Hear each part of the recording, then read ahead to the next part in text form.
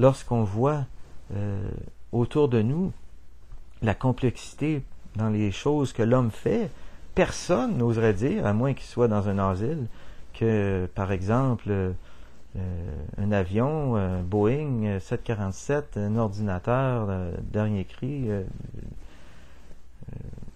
a été produit par la chance. C'est de la folie.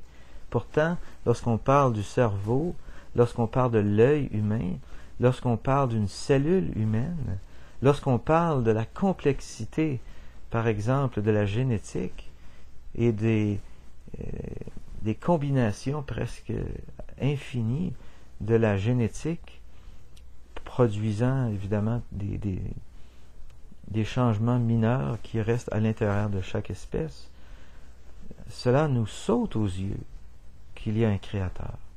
Alors, j'aimerais terminer par ce verset que je trouve résume très bien ce petit entretien dans 2 Pierre chapitre 3 versets 5 et 6 qui dit « Car ils ignorent volontairement ceci, que par la parole de Dieu, des cieux subsistaient jadis, et une terre tirée des eaux et subsistant au milieu des eaux, par lesquelles le monde d'alors fut détruit, étant submergé par de l'eau. » Ce verset nous dit clairement que dans les derniers jours, il y aurait des moqueurs qui ignoreraient volontairement que la terre a été créée par la parole de Dieu et que aussi la terre d'alors a été submergée dans l'eau ou par de l'eau, se référant ici au déluge au temps de Noé que les évolutionnistes aussi aiment à se moquer et à dire que c'est impossible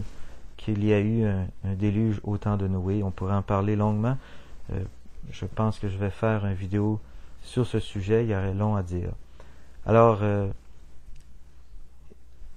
la parole de Dieu, l'évidence autour de nous, notre propre intelligence, nous pointe vers un Créateur. Pourquoi ne pas vous tourner vers lui, vous humilier, reconnaître que vous êtes une créature pauvre, misérable, pécheur, et vous tourner vers le Créateur, celui qui vous a créé.